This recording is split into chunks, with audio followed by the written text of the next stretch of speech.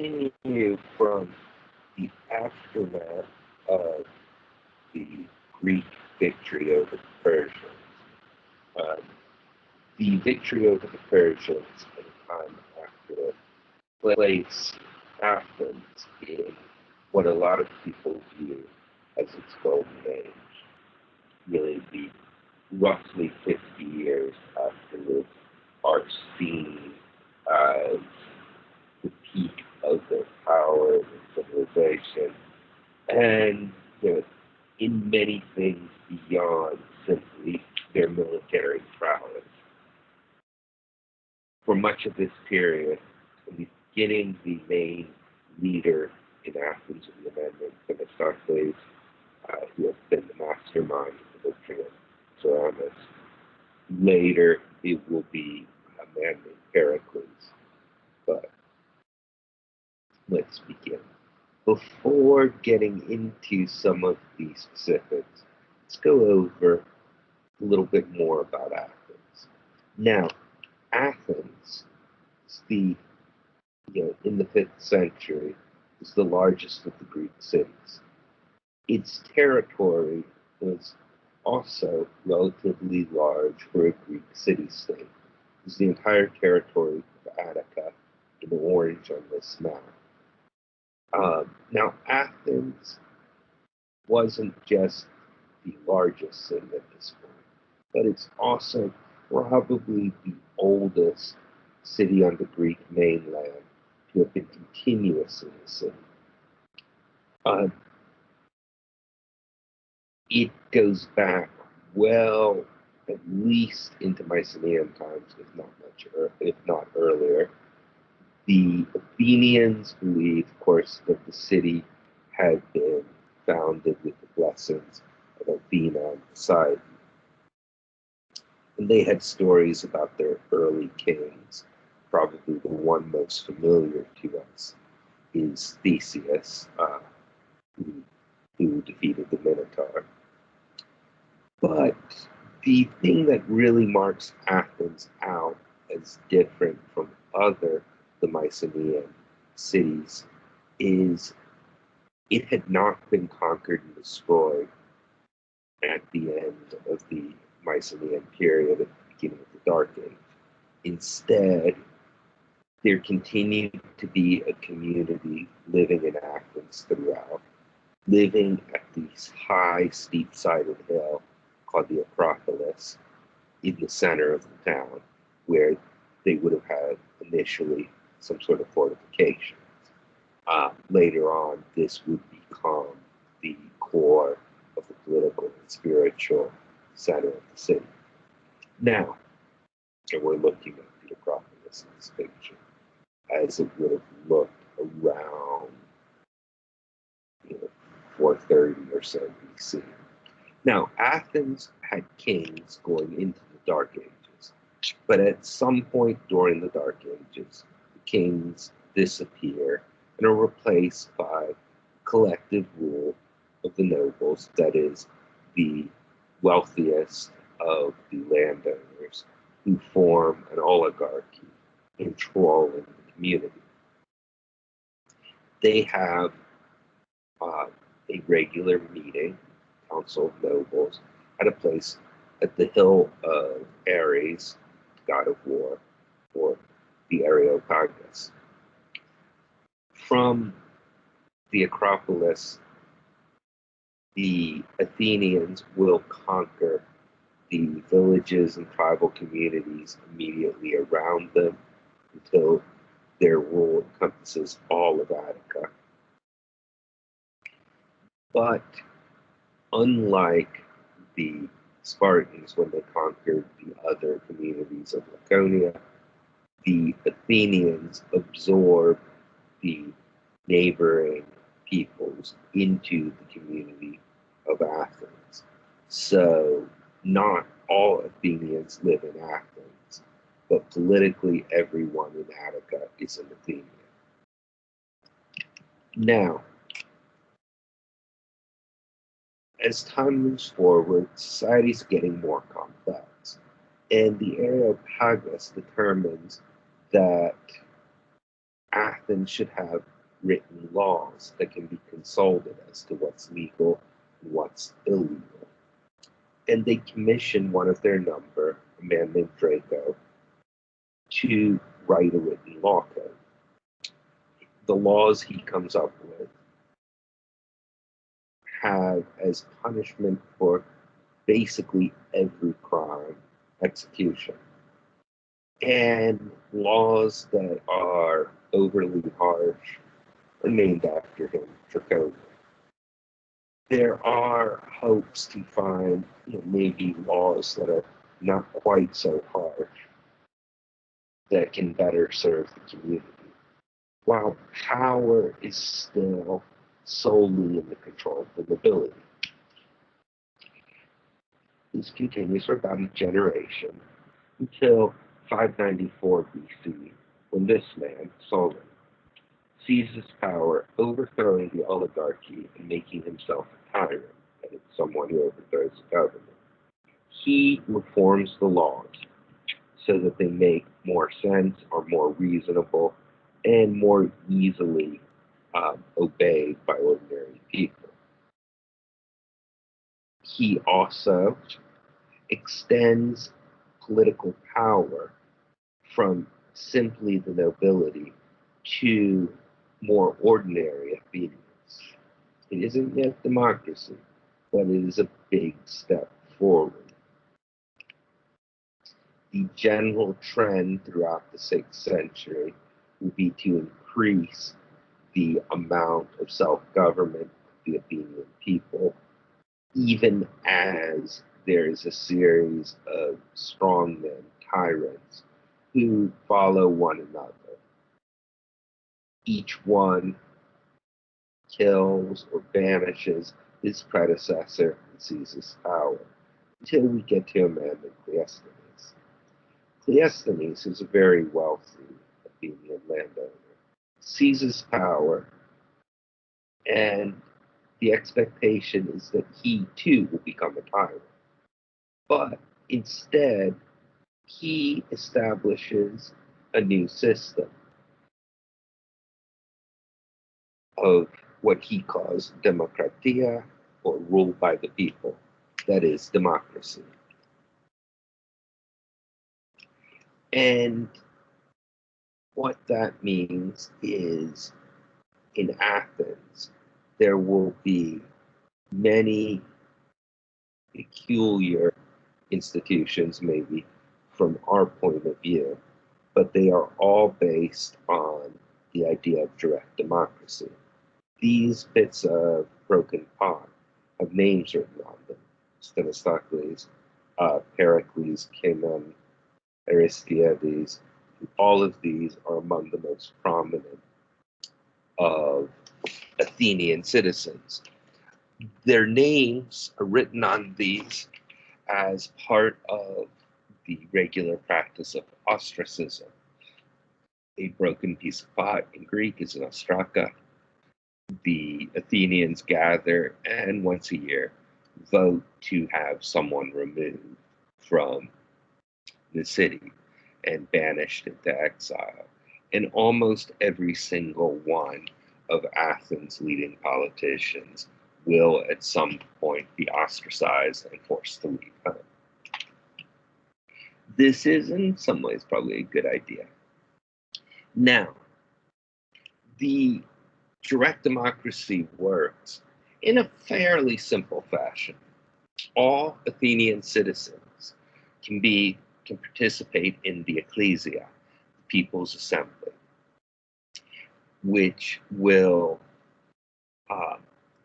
have the power to vote on laws. From the ecclesia, that they will select 500 people to form the council. The council prepares the laws, and the ecclesia votes on it. And the 500 citizens selected to be on the council are selected at random. The idea of the Athenian system is any Athenian citizen is capable of taking any role in the government.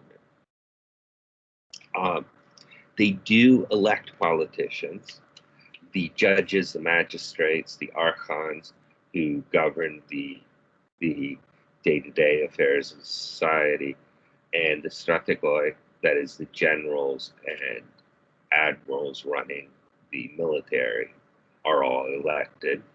The military is a militia. It's a military of all Athenian male citizens are expected to come out for when needed by the city.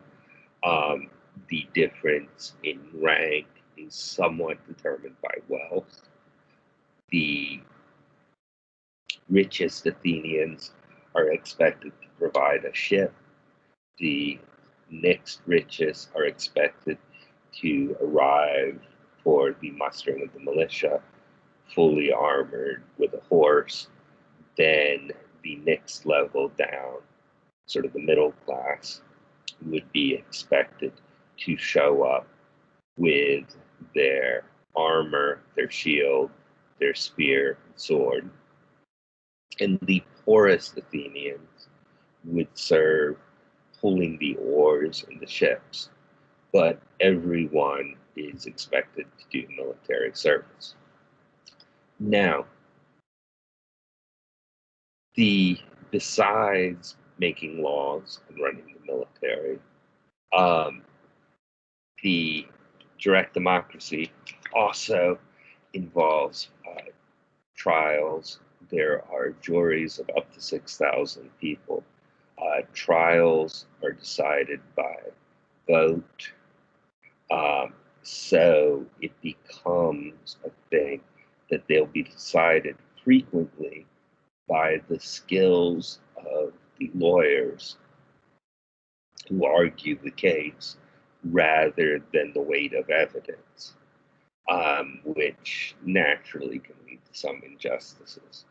And certainly it would mean that a well-polished speaker is going to be the most desired thing in the courtroom. Now, all of these are based on two principles: direct democracy, everyone takes part who's a citizen, and isonomy, that is, everyone is equal before the law, regardless of their wealth, regardless of their origin, so on. And it seems in many ways a very, very democratic society by our standards. However, there are some issues. There's the Acropolis again as it looks today. Only men can participate. Athenian women have very few rights.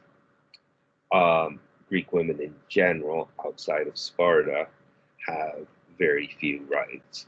The expectation is a free woman, legally free woman, should not be seen in public. If she goes out of the house, she should be covered.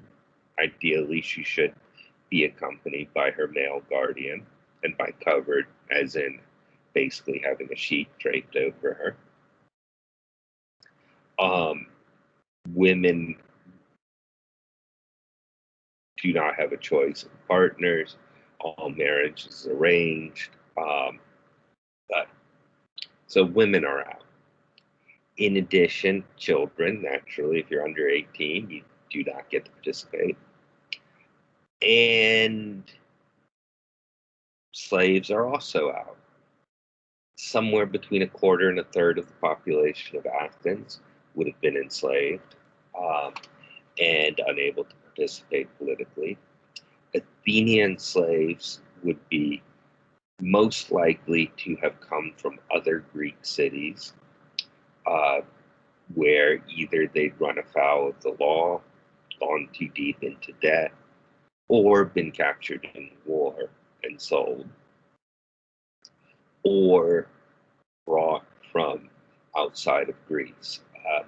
What's now the Ukraine is one of the more popular sources of slaves in Athens at this point. In Athens, slaves could become free and did normally become free, usually within one lifetime.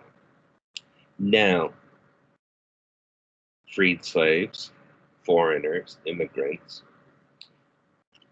even if they're coming from simply, a neighboring state like Corinth or Thebes, another Greek polis, they're still foreigners. They cannot become citizens. Their children will not be citizens. Their grandchildren will not be citizens. They are what are called metics, that is, resident aliens. The only way you can become a citizen is by being the child of a male Athenian citizen. Obviously, will create other issues.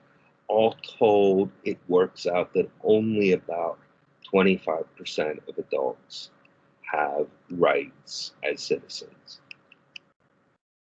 Now, with all of this direct democracy, with the legal system in Athens, Athenians want their children to be able to give good speeches and argue well. These are skills necessary for success in Athenian public life. In addition, Athens, as an open democratic society, is a great place to come to debate ideas. And during the course of the 5th century, Athens will rapidly become the center of philosophy within the Greek world. There's a group of philosophers, little of whose work has survived, called the Sophists.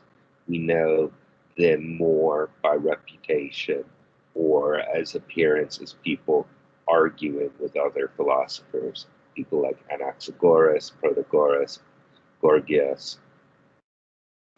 Some of them seem to have argued in favor of democracy and other ideas, but because none of their own writings survive, can't be sure. Of course, the most famous Greek philosopher is Socrates. Socrates is an Athenian from Athens. He himself wrote nothing. What we know about him comes from two of his students, Xenophon and Plato, who wrote dialogues that they said were memories of things he had said, and from a comedy making fun of him. We know he developed the Socratic method of asking questions to determine what is true and following up what we already know to be true. One of the first organized teaching methods. And he had the overall aim to find virtue. Socrates was not particularly a fan of Athenian democracy. He thought that democracy tended to go for popularity rather than virtue or truth as its result. His best known student is Plato, and Plato wrote a lot, and a lot of what he wrote survives. Plato thought of himself as Socrates' heir. Before becoming a philosopher, he had been a champion wrestler. Plato is actually his nickname. And from his Socratic dialogues, most of what we know about Socrates comes. They may not be entirely accurate. Some of them certainly are fiction. That is, Plato uses Socrates to promote Plato's ideas. Some of them are quite famous. There's the Timaeus and the Critias, in which he recounts the story of Atlantis, a thing that has become the story told over and over again ever since. He claims that the source of the story is Solon, the lawgiver of a century earlier, who had heard the story while in Egypt from an Egyptian priest who had access to Egyptian records dating back to the time of Atlantis. One of his biggest accomplishments was the creation of the academy, a permanent school of philosophy that would be based in Athens right up until 529 AD. So for almost 1,000 years, it will be the premier center for higher learning in the Mediterranean world. Now, among the ideas that he promotes is that of the philosopher king. Like Socrates, Plato was extremely critical of Athenian democracy and was not at all a fan. In one of his dialogues, The Republic, he gives what he sees as the model of the ideal state. It is a dictatorship of the wisest. The most intelligent, the wisest people, he believes, should be in charge of the society, and they should have absolute power because they know best. The ideal ruler to him is a king who is a philosopher, a king who seeks to do the best for his people and his community because he knows more, which can sometimes happen. History tends not to show that many actual philosopher kings who live up to the ideal.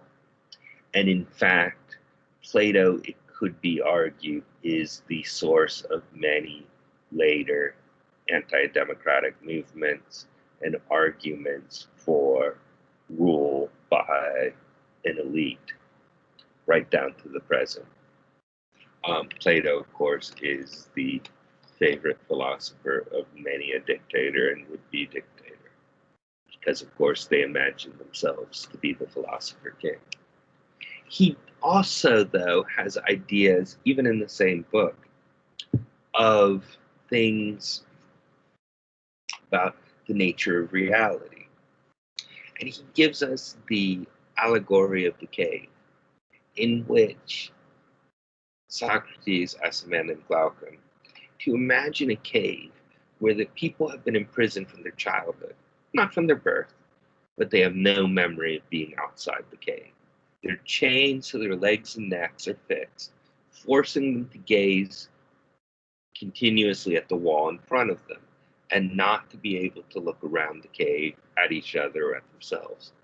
Behind them is a fire, and between the fire and the prisoners is a raised walkway with a low wall, behind which people walk carrying objects or puppets of men and other living things. The people walk behind the wall so their bodies do not cast shadows for the prisoners to see, but the objects they carry do. Prisoners cannot see any of what's happening behind them. They're only able to see the shadows cast upon the cave wall in front of them. The sound of people talking echoes, and the prisoners believe the sounds come from the shadows. It's a very grim reality. Now, those shadows are reality for the prisoners because they have never seen anything else.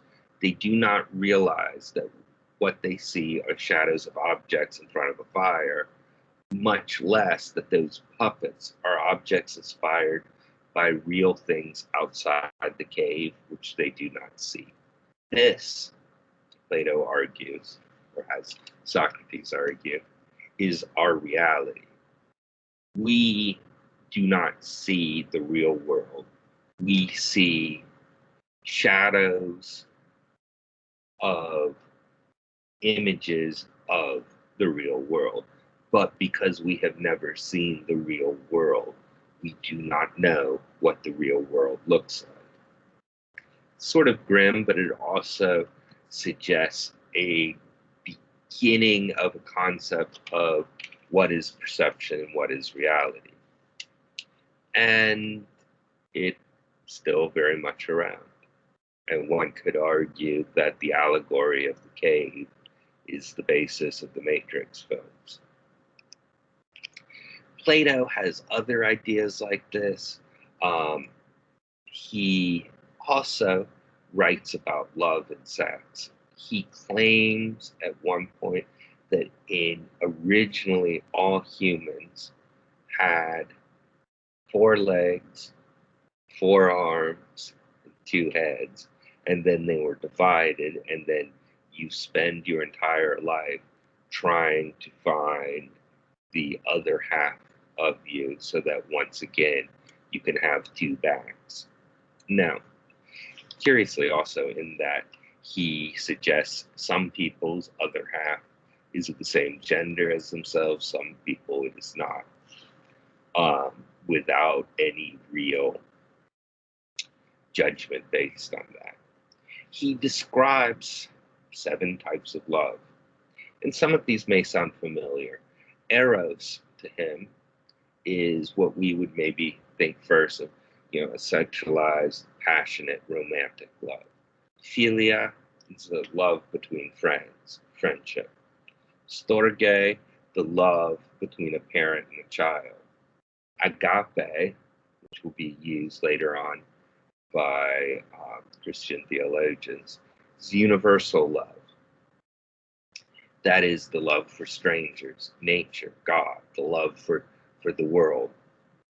Ludus, flirty, uncommitted love. Pragma, love based on duty. Philautia, love of yourself. And none of these are exactly the same thing, but they are all love, which is, I think in some ways a useful way of thinking about it still. Now, Plato has a student named Aristotle. Aristotle looks at all subjects and he seeks universal theories of knowledge. His writings on the natural worlds are going to be used for more than 1,000 years, well into the Middle Ages, almost to the modern period, as the basis of scientific knowledge in much of the world. If Aristotle says it, it is true. If Aristotle says something is not true, then it isn't. There's no need to check it. He sets forth how to work out things logically and methods of using logic, how to write, how poetry should be formed, ethics, morality, various political systems.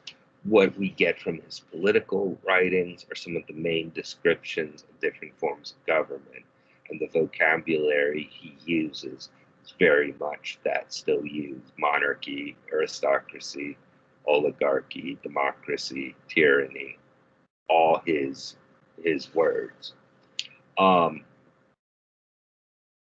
And one of his goals is to create a system of holistic education so that everything can be known and determined and put into conveniently compartmentalized, labeled areas. While these 3 are developing philosophy, another man, Hippocrates, who comes from comes from the island of Kos, moves to Athens, where he becomes known as the father of medicine. He sets up the first medical school. He establishes medicine as its own discipline with its own rules and procedures, and works from an idea that the human body and the functions of the human body are things that can be understood. The oath that he asks all his students to take, the oath of Hippocrates or the Hippocratic Oath, is still very common in the medical field, and you will often see it, text is right there, posted in the doctor's office. Now, not everything is simply about advancing knowledge. Greek theater is also coming alive in this period. Um, it really begins about 532 BC. There have been choral festivals for a long time, held as part of religious festivals honoring the god Dionysius. But in 532, a man named Thespis adds a separate role for one person. So you have a chorus and a speaker. Later, a second speaker will be added, and then a third, and all of a sudden, there is an entire cast of characters. The actors will perform these plays initially only once each, because they will be written specifically for performance at the particular religious festival. There are three main authors of tragedies whose work has survived: Aeschylus, Sophocles, and Euripides. Usually they center their texts around myths and legends. Sometimes they're about historical events. Probably the best known and most frequently read one is Sophocles' Oedipus Rex. This is a story based on Greek mythology, where the king and queen of Thebes have a son. There's a prophecy that he will kill his father and marry his mother. Like, this is terrible. So they put him out, abandon him. Will you leave the child, expose a child, so that you do not have to raise him? The shepherd who is tasked with exposing him takes pity on the baby and raises him as a son. And many years later, Oedipus is now having grown up, is on his way back to Thebes. Along the way, not knowing that he's actually from there. On the way, he gets in a fight with a man on the road. He kills him. He is not aware that that man is the king. When he gets to the city, Thebes is under attack from the Sphinx. And the Sphinx has made clear that he will relent if anyone can solve his riddle, which is what goes first on 4 legs, then on 2 legs, then on 3 legs, then on no legs. The answer is a man. Having solved this, Oedipus has rescued Thebes from the depredations of the Sphinx, and since the king has died, he is recognized as king. He marries the queen, Antigone, and they settle down to a happy life, ruling the city. They have children, but eventually they discovered that, in fact, they are mother and son. Oedipus is so upset when he finds this out. He stabs himself in the eyes because he cannot stand to gaze on his mother, his children, because of all the horrible crimes he's committed. Fun stuff. There's also comedy.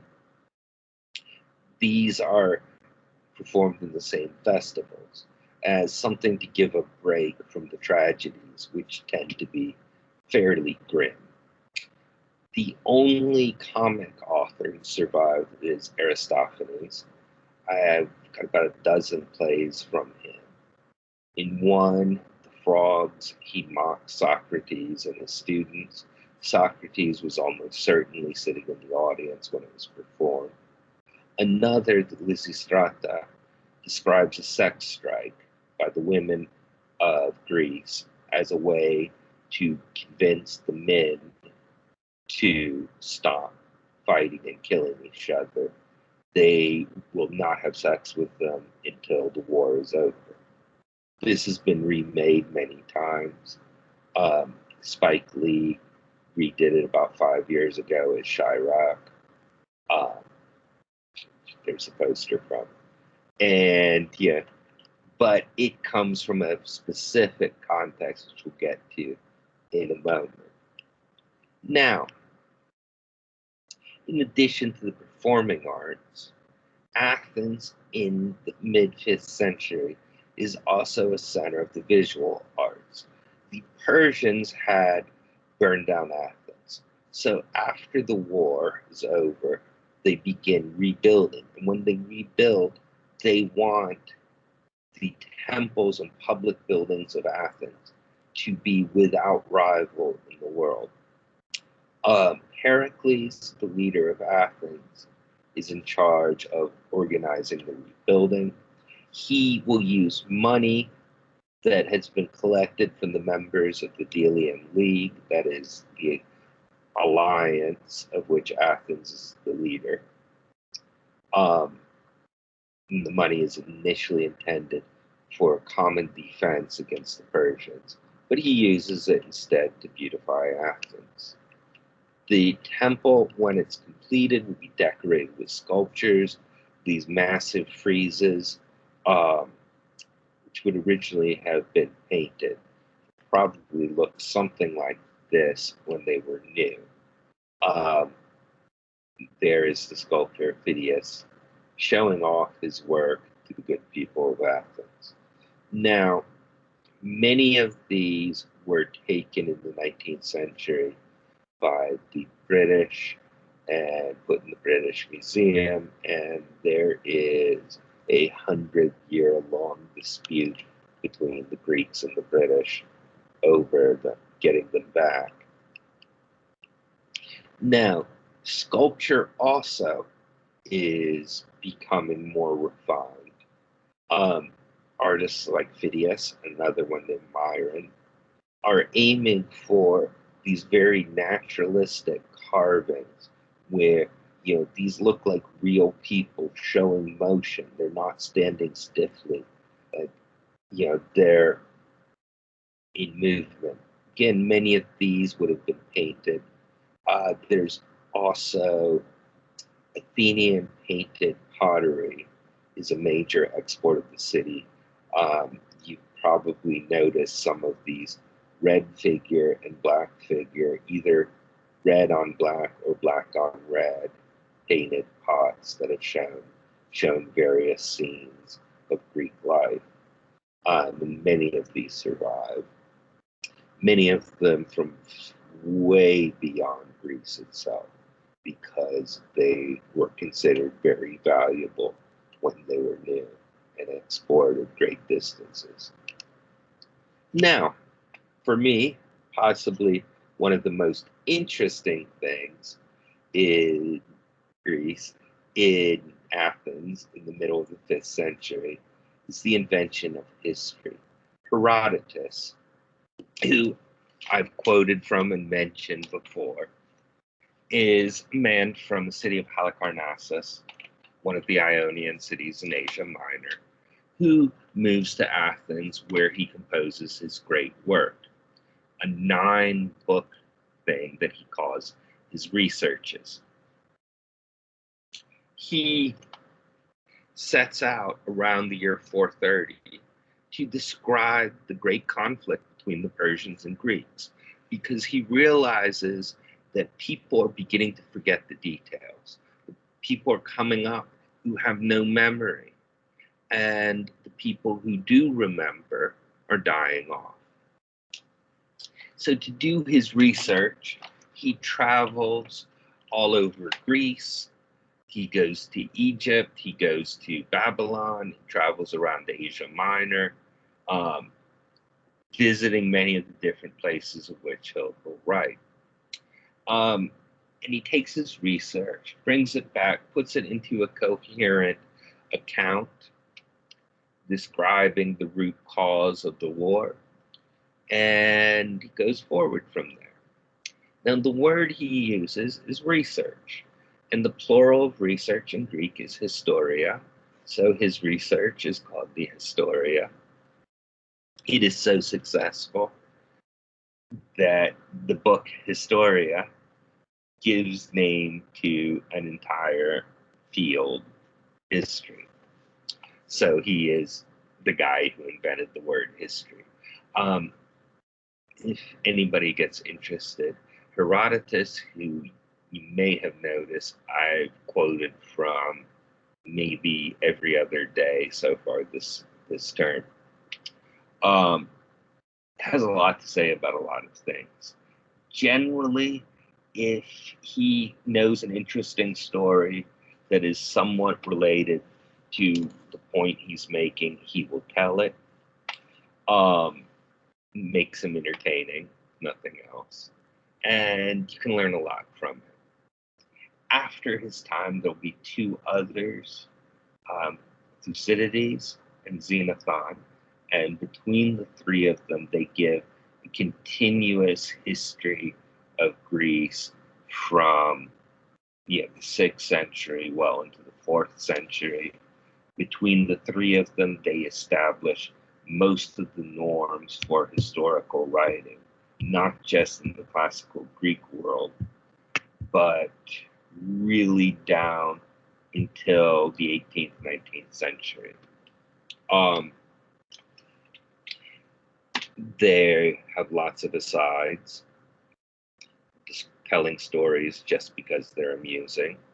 They have a habit of having, before a battle, speech be given by the general on each side explaining the reasons for the war, things like that. These will be continued, even though some of them are fairly fictitious. Now, Thucydides' subject will be another war, a war between Sparta and Athens.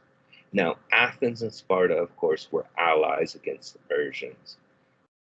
When the Persians had been defeated, Athens continued the war, building up the Delian League, that is a group of mostly islands and coastal communities fighting together against Persia. As time goes on, that league comes more and more under the direct control of the Athenians. Initially, Athens was first among equals. More and more, it is turning into an Athenian empire. Other Greeks see the Athenians as arrogant and problematic. The Spartans begin offering an alternative and organizing a counter Athenian alliance. War finally breaks out in 431 BC. It will last for 27 years. It will be fought on the land in Greece, by sea, throughout the entire Greek world, even in Greek colonies in Sicily and elsewhere. The main way that the war will be carried on is that in most years, the Spartan army, which the Athenians cannot defeat in the field, will invade the land of Attica and burn fields and destroy property throughout Attica. But because the Athenians have built fortifications around their city and port, the population of Attica goes within the walls and is safe from the Spartans.